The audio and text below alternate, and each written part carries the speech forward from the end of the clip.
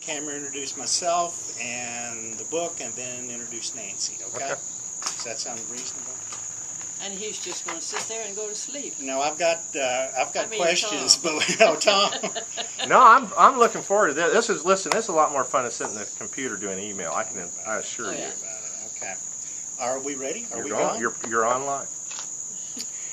Hello, my name is Stephen Lynn Bales, and I'm the author of Ghost Birds, published by the University of Tennessee Press. And the book is about the field work conducted by Dr. James T. Tanner in the late 1930s. Back then he was simply known as Jim Tanner, on the ivory-billed woodpecker. It was work that began by Dr. Arthur Allen with Cornell in 1935 and continued by Jim through 1941. And joining me today is Jim's widow, Nancy Tanner. Hi, Nancy. How are you? Long time no see. Anyway, we are at the home of the Tanners. Jim passed away almost 20 years ago, but Nancy is still very much alive. And you bought this home shortly after coming to Knoxville. 1947. And you lived here the entire time and raised 3 children. A son and 2 daughters. David, Betsy, and Jane. Yeah. Very good. Anyway, how did you and Jim meet in the first place? We met because we both came to teach at East Tennessee State Teachers College in those days. Yes. Now the university in Johnson City. Right. And so I had heard he had come, had met him. He ate at 1, I ate at 12. So I changed and went and ate at 1 o'clock.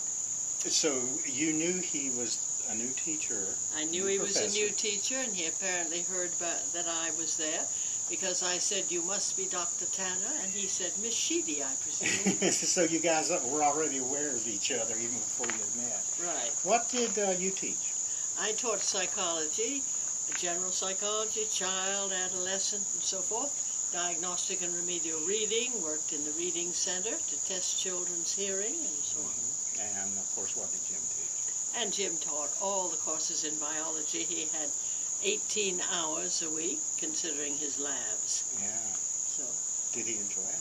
Oh, he loved teaching, yes. And he was very interested in his students, always.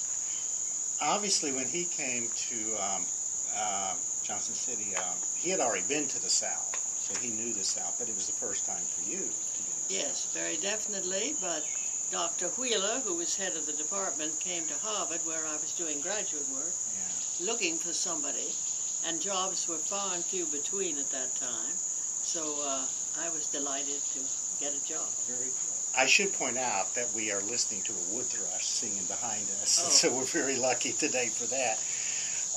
Nancy, obviously, the book is about the ivory-billed woodpecker, the ghost bird of the South, and I am sitting with someone that has actually seen an ivory-billed woodpecker. What are your remembrances of when you saw the ivory-billed? Well, the first time I saw 5, the first year I was down there, male and female. The first bird I ever saw was a male who came out of his hole about 7:15 in December 21st. Of what year?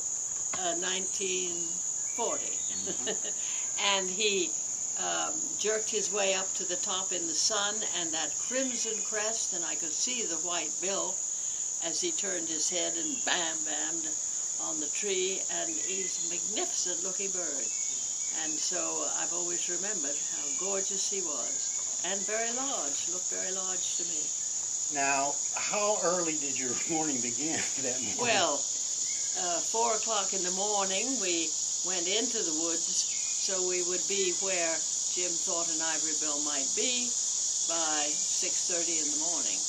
And you walk through the swamp. Very difficult to go through the swamp in the dark with a faint moon showing. And we're seated there and heard the bird the first day, but did not see it. But the leaves were off the trees, so you could see, hear about a quarter to half a mile. Spent the rest of the day hunting for the ivory bill, and the second morning up at 4, and got in to where Jim had found 2 roost holes, and that's when we did see the bird. That's the thing about birders. They get up early, don't they? They get a very